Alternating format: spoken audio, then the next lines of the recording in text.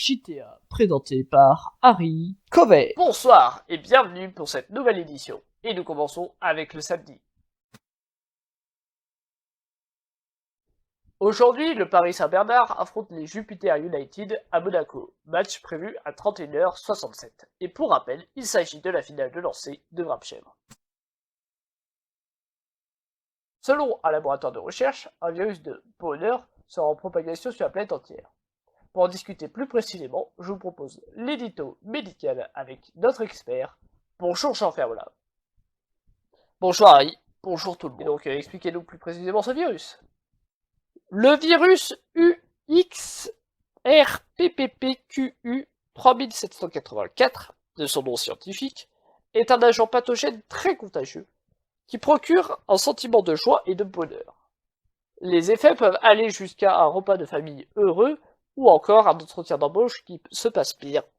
Actuellement, un laboratoire américain travaille sur un antidépresseur afin de contrer cette menace. Voilà d'ailleurs un message de leur part. Hello.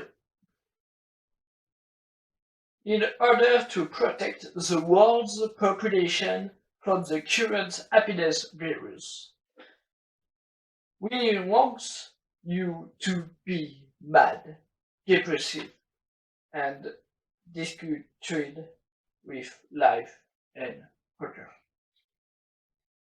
Thank you for listening.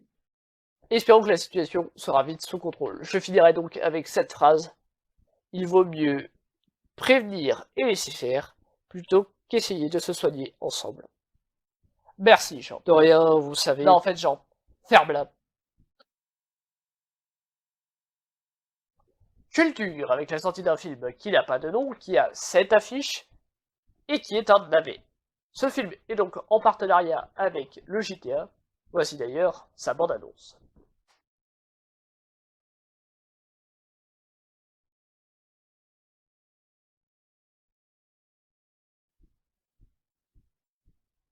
Voilà un film passionnant à surtout manquer.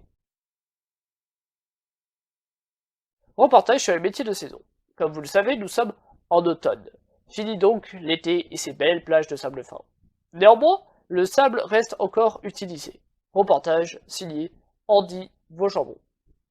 Nous allons aujourd'hui suivre les petits boulots d'automne de Jean-Phil, qui travaille avec le sable, même pendant la période où les feuilles tombent. C'est vrai, il est dur à cette période de l'année de trouver un travail à la fois stable et bien rémunéré. Une difficulté s'ajoute à Jean-Phil. Celui-ci habite en pleine campagne, un lieu démographique où trouver des jobs ainsi que des médecins sont plutôt compliqués. Mais Jean-Phil a dégoté un travail très particulier. En effet, mon boulot est assez simple. Je dois juste prendre du sable et le mettre dans des camions-bennes. Ceux-ci partent en direction des plages, et là-bas, ils recouvrent le sable. Sable qui est utilisé dans les zones maritimes pour faire du béton. Ce métier aide beaucoup Jean-Phil dans la vie de tous les jours. Un métier qui, par ailleurs, se multiplie de plus en plus dans le pays. De plus, au printemps, 2 autres métiers de saison existent. Transporter le sable des plages pour l'utiliser comme béton, mais également utiliser le sable des plages pour créer des tas de sable un peu partout et pouvoir donc multiplier ce job d'automne. Pas d'informations pour ce mercredi. Nous vous laissons donc avec cette page de pub. Un homme cherche l'indomptable, le sauvage. Une voiture qui ne se laisse pas faire. Mais il veut également un parfum qui amènera à n'importe qui, à n'importe quoi. Un côté viril.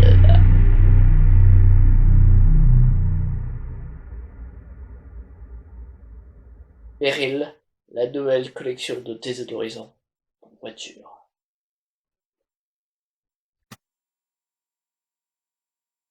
Le monde du livre est en plein boom, suite à l'explosion des applications sur smartphone. Mais comment les vendeurs, situés dans le domaine du livre, tiennent-ils face à cette nouvelle façon de lire? Reportage que nous vous proposons. Nous nous retrouvons dans un coin perdu pour voir comment la population locale Voilà chose. Notre première et unique visite est dans la bibliothèque municipale, où nous rencontrons Michel, la documentaliste. Notre société est en pleine décadence, c'est sûr. Plus aucune jeune génération vient dans ma bibliothèque pour prendre un livre et lire. Bien sûr que non. La cause en est toute simple d'ailleurs. C'est la création de ces applications qui fait que les jeunes n'ont plus à rentrer dans une bibliothèque. C'est terrible. Mais pour Michel, c'est une guerre. Et elle a trouvé une méthode imparable. Derrière cette porte, des dizaines de bibliothécaires en colère écrivent jusqu'à 50 lettres de menaces par jour. Elles sont envoyées grâce à un ami facteur dans différentes communes autour de cette bibliothèque. Si jamais la personne ne vient pas acheter des livres, eh bien, nous venons avec quelques battes de baseball, nous brisons quelques côtes et quelques vitres, et le tour est joué. Tout le monde revient ici pour lire. Voilà comment perdurera un lieu de savoir et de culture très ancien, les bibliothèques.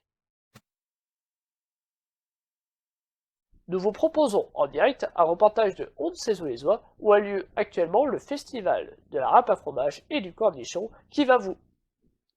Excusez-moi. Oui, allô? Ah, sœur Ananas? Oui?